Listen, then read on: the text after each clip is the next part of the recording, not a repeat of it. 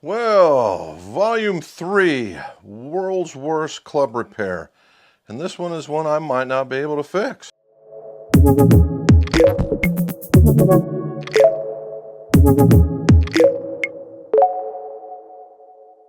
Welcome back to the McGolf Shop. Jim McCleary here in the repair shop. And this is the McGolf channel where we talk about golf club repair, golf club reviews, and golf club fittings. Also, your scores can go low. Now, I tell you about the live stream. We do it on Mondays. It's 5:30 p.m. Eastern, and it's all about the same stuff that we talk about now. Join us. It's on either Facebook or the YouTube. All right, World's Worst Golf Repair. Now, I've done 2 or 3 of these, and they've all been pretty bad. This one, I think, is going to take the cake. That's what I said last time. So we have 2 things we got to fix, and we're only going to cover one for right now. However, I was given this. This is a putter shaft. And this is a beat up putter shaft that's got all kinds of crap all over it. And there is another piece of golf shaft glued to the top, I guess with the idea of going into a putter. And that ain't happening. It's number one, this is a broken piece of golf shaft. And the thing that it's going into, the hosel's too big. They want me to put it into a Scotty Cameron of some variety. No. But this one's the one we want to talk about. This is a Bridgestone JGR, and it's a 3-wood. And somehow, somewhere, some way, they got that on there. And yes, if anybody knows what I'm talking about or worked with this stuff, that is JB Weld. JB Weld's some good stuff. JB Weld's really hard to deal with from a golf club perspective, but we're going to find out. It also has a shim in it. See that shim? And there's all that JB Weld again. This is just awful. And then it's breaking right here. All right, he says, yeah, just take it out and put it back in. No, we're not doing that either. So we got another shaft to try and put in it. So what do you think when you see something like this? I go, mine is, oh my God. However, what we're going to do is we're going to apply some heat to it, and I'm going to see whether or not I can get this to loosen up. And it's going to take quite a bit of heat because JB Weld is exactly what it sounds like. It's a glue that's for welding. And it will stay hard as a rock. Now, there's a real opportunity. I can't fix this. However, if it gets loose, I'm going to put it in the puller and I'm going to try and pull it, and we'll see what happens. If it doesn't go, then I'm going to cut it. I'm going to try and drill it, and we'll see if it goes that way and mechanically agitate it. So, let's get started. Okay, so we have the club in question, propane. So I want to get into this just a little bit at a time.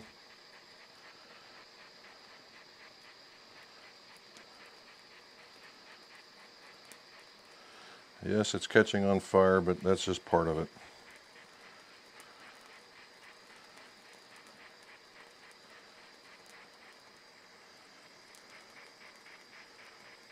Well, maybe I will get it.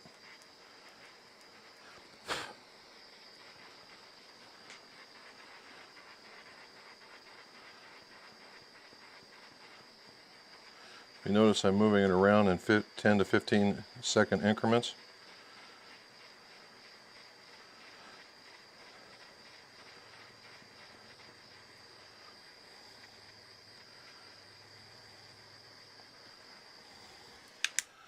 Okay, it looks a lot worse than it truly is. I don't think I've truly impacted it. That's the problem.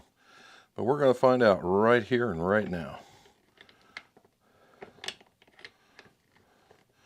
Now there's a real opportunity for the shaft to come flying apart. Let's find out. Well, look at that. It was only in there a 1/4 of an inch. Well, we got that part done. Now the real problem is this guy is full to the top with the JB Weld. So now we have a whole nother problem.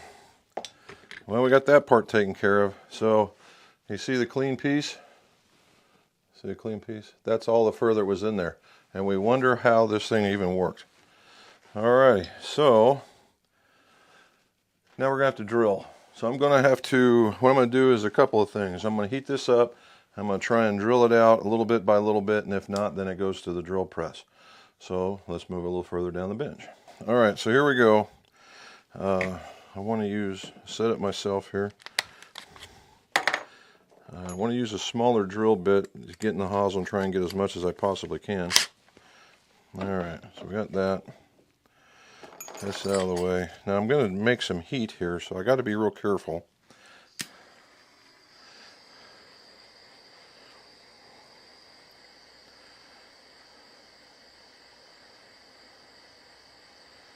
That was 20.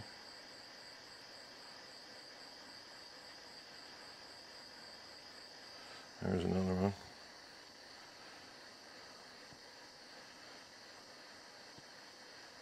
All right.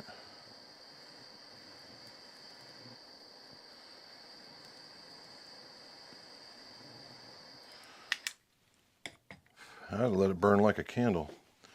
Let's see what happens. Oh!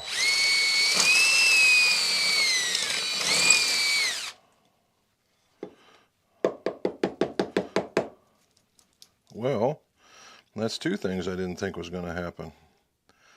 All right. Well, if that's the case, let's keep going. Apparently it wasn't full all the way through.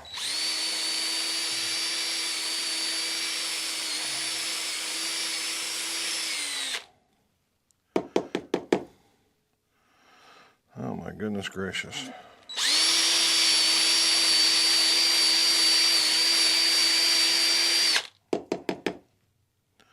Well, look at that. Okay. We're going to talk about this here in a second, but while it's warm, I got to do this. Are you kidding me?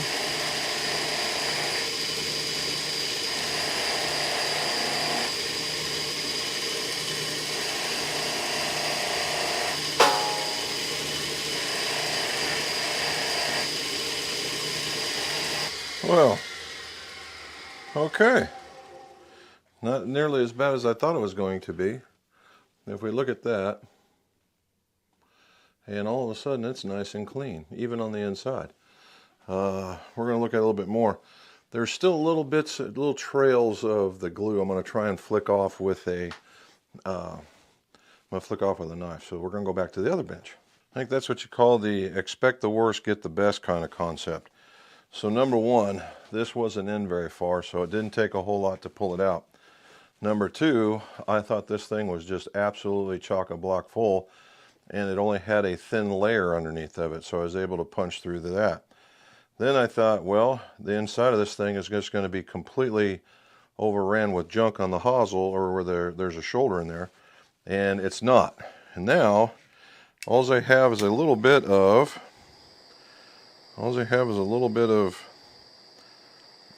leftover JB weld on the chrome, and what I'm going to try and do is get it really, really soft, since that seems to be the working model here, and then I'm going to polish it one more time. If not, it's staying on. Alright, let's try it out. Well, I tell you what, the luck of the Irish is on me today.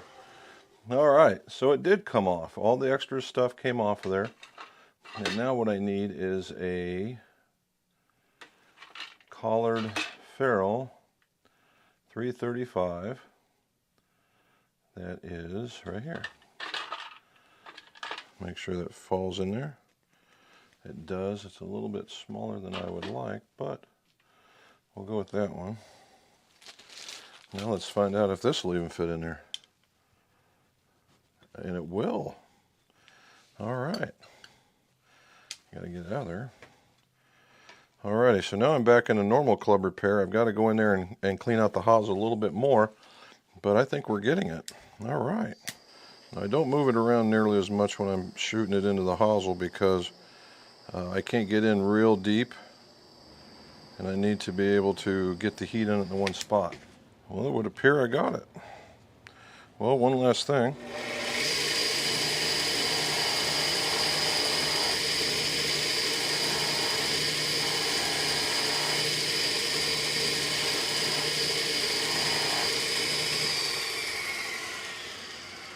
a little cleanup. We got to do a little cleanup. So we got it nice and polished a little bit there. We'll take this off here, and then I really want to look at something else. That's not going to work. So I'm not real fond of the Fairlife selected, only because I don't think it'll fit very well. I need a bigger hosel. I like that. Okay, so I think I'm going to do that. I've been doing this a lot lately. I'm not a big fan, but apparently it's working. I'm going to have to take the collar off of this one. So all I did is effectively chop the collar off. Yeah. And then that will fit right inside there. Now it's filled up the shoulder. Now it's just a matter of getting a ferrule, a 335 ferrule, that will fit on the outside. And that's pretty close.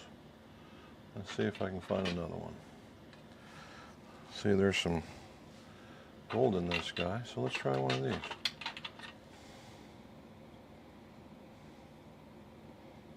It's a little small. I'll try this one instead. Maybe.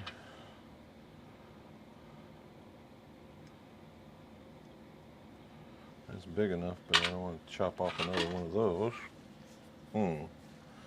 About this. Ooh, a white one. That'd be different. Oh, that one fits a little bit better. Let's try that one.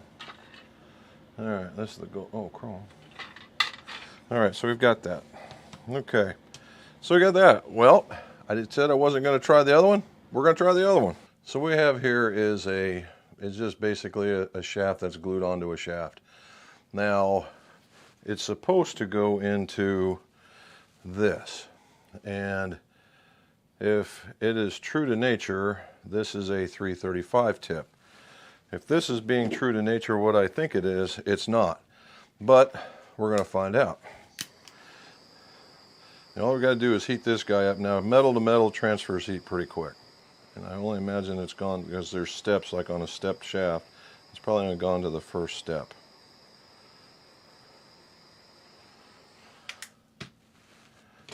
Let's see if I can get it off with this guy. Oh no, this is in there but good. All right, I'm going to have to put this one in a clamp. I'll be right back. Will you see me down here? I'll give it some more heat. The only reason I'm giving it more heat is because I haven't seen the glue change. All right, now maybe this will be the one I can't get done.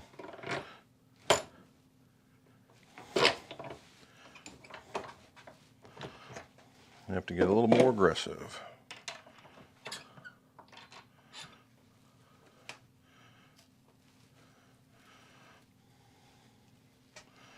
There we go.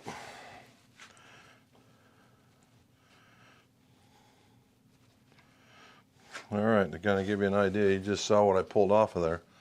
And this is actually glued in there further than the than the fairway wood was. All right, so we're going to clean this off. Figure out what we got.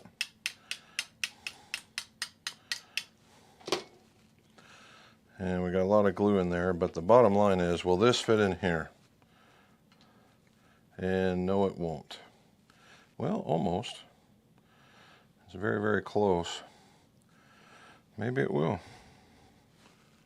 Let's see. Maybe it will. As soon as I clean this out, let's find out. Give this a little bit of a clean out and do the other one. So this time, I'm going to do is smaller drill. And the reason why I got to drill out some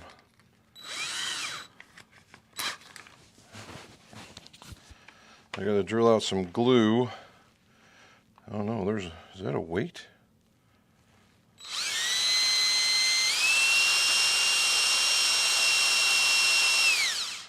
Alright, I got that dressed up. Now to dress this up. We're heating the glue again so that I can remove it with a brush. Hey, this little bit of glue just gets in the way and it doesn't let anything fit. That doesn't look too bad. Now let's see if we can get it to fit. I'll be doggone. I'm buying a lottery ticket. Look at that thing. It's going to fit. Although the shaft's all cockeyed and stuff. But yeah, we're there. All right. Well, so much for world's worst golf repair, I suppose. I should say the world's scariest golf repair. So now that could have been way more than it was. If that thing would have been all the way in there, could we have gotten it out? Maybe. It would seem that, based on what I'm finding here with JB Weld, that it doesn't like a direct flame. So maybe it wasn't nearly as bad as I thought. I just saw the melting and binding pressures that it supports. Never thought I would get it out, but apparently I am. So we're going to glue them together, and then tomorrow when we put them all there, I'll let you see the end result. So stay with me. So it's the next day, everything's dried, and I finished the ferrules and shined some stuff up, and as you can see, it is way better than when it came in. And the fairway wood shaft that we put into it is very, very nice. The Acra I series in the stiff worked out very well. We were able to clean up the stuff. Now, I know this thing started off as oh my God, it's the worst repair, and it looked very, very easy. And fortunately for me, it was. It was very easy to get this stuff done. However, the precautions are the same. What do I mean by that? It means that when JB Weld is something you really, really don't want to use on a golf club unless you don't want to tear it apart. Now, the reason why this came apart so well is it was only inserted 1/4 of an inch. This thing was minutes away from failure, minutes away. And that's what we got to take away from this one. Everything that they did was substandard. Everything they did was incorrect. Everything they did was just waiting for somebody to get injured, right? And so we took it apart, put it together, and we did that. Now, in the putter worked just out fine. We were lucky that it went back in. It fit. I got it to glue. We're all good. We just need to put on some grips, whatever the person wants.